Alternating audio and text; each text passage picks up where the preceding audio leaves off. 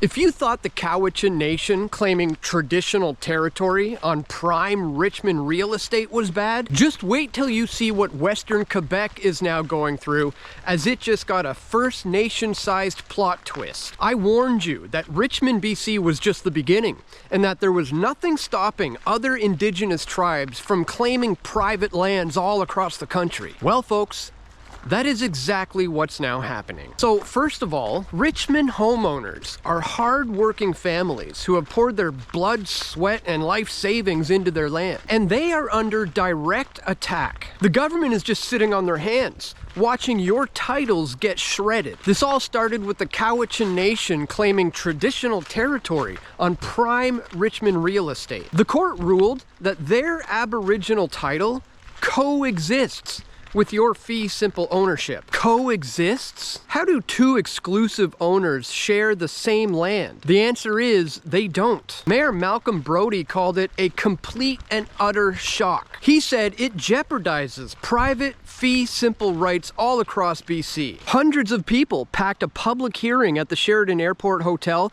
to voice their displeasure with this decision, with many of them saying, "This isn't reconciliation. It's theft." Well, now for other homeowners all across the nation, their worst fears are coming to fruition, because Quebec's First Nations have just slapped a massive Aboriginal title claim on huge chunks of Western Quebec. We're talking Gatineau Park, islands in the Ottawa River, prime wildlife reserves, the Basketong Reservoir, and lands that all fall right smack in the middle of Gatineau City. First Nation files Aboriginal title claim to lands in Western Quebec.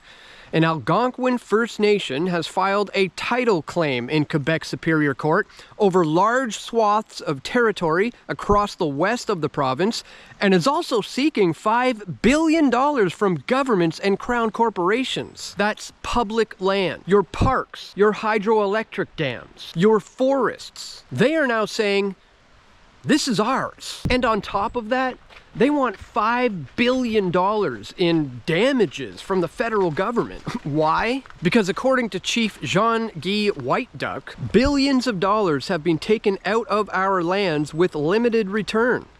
And all of the dams were built without our approval.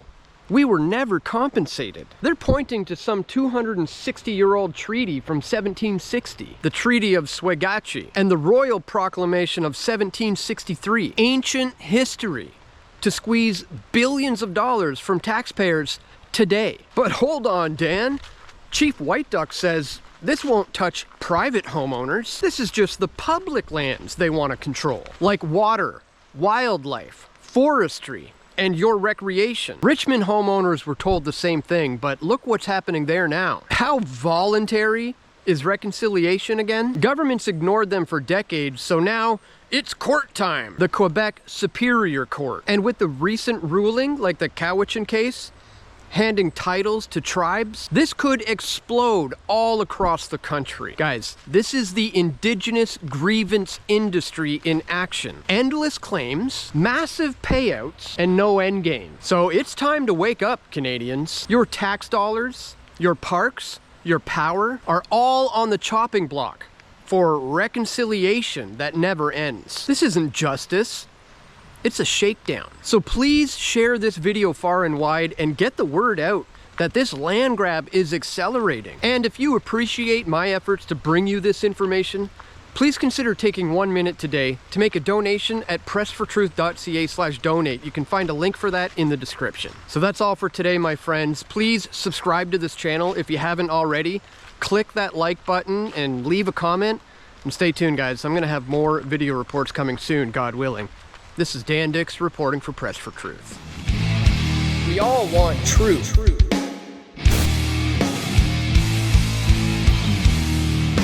The truth will set you free.